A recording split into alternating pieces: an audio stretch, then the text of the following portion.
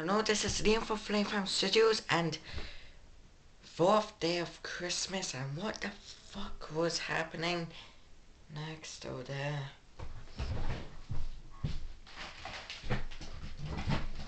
I'm going to be covering something, nothing related to Christmas, but more about my actual personal opinions. You've heard me talk about the Dreamcast before. Well, it was a great console, something that was didn't deserve to fail, and was something that was extremely great, a great piece of machinery. Those were just white lies.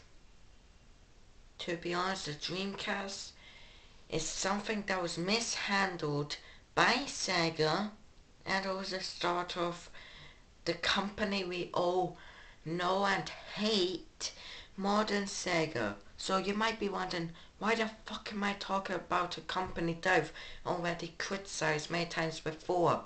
Well, that's where we end up talking about how the Dreamcast ended up ruining classic SEGA, and above all forced its way into creating modern SEGA. First of all, the games. They ended up being ported over to the new ones at the time, like GameCube and PlayStation 2, which they soon off had even done. Why? It was that would have totally made it seem like a total waste of money, especially later on from when now you'd have there are many companies releasing their old games around home consoles released on handhelds. Why? Why would they do that? Something that would possibly be as mysterious as October was, end up starting off with a huge argument, ends up starting this horrible channel. Which, if you're subscribed to, thank you. You know I'm a very crap person, do you? Very much enjoy it. And any other reasons why I'm saying about this? Number 2, SEGA got discontinued the same after just 2 fucking years of online, just dead, totally dead. And it was, yes, you might say that was a very bad point.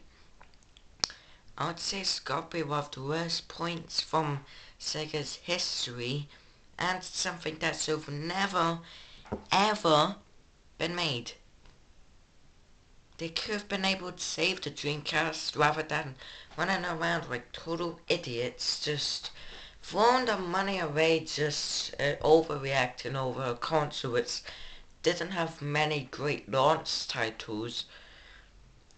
Right, they could have made it at least last until 2007, from when the new generation of consoles, the 360, Wii and PS3 were about to be released, or were already released. So, is that it?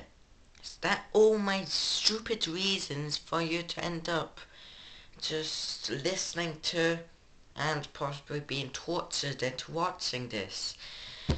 Let me tell you this. The Dreamcast was also flawed as well. There was a security flaw, which was a good thing.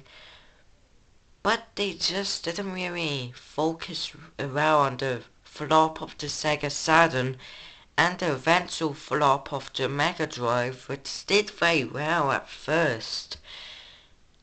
But then they just threw the money away as always, just saying, screw your idea, we're just going with the 32X. Or they would just literally force a console's launch when the Genesis, as it was in America, was already being successful, even with the Mega CD. Oh, what about Dreamcast, where they end up getting very good games, a very good chance at Amazon to hold their position as the console maker leader, and they failed every single time. And that, my friends, or enemies, or even people who don't even know what the fuck is going on, that is how Modern SEGA came into our lives and totally ruined SEGA for us. And that's the end of the episode. If you want, you could subscribe. It's not going to guarantee a return of classic SEGA, but for me, you literally just subscribing to what made people to go worst channel, or hosted by an odd guy. You can leave a like, or if you disagree with me, you can leave a dislike and say about it in the comments. Here is my question of the day. Screw Dreamcast. Would you agree with me that it was mishandled in the way that formed the horrible, horrible abomination that was Modern SEGA? Name for Flavor Studios, signing off. Hope you have a good week. Hopefully, just saying. Goodbye.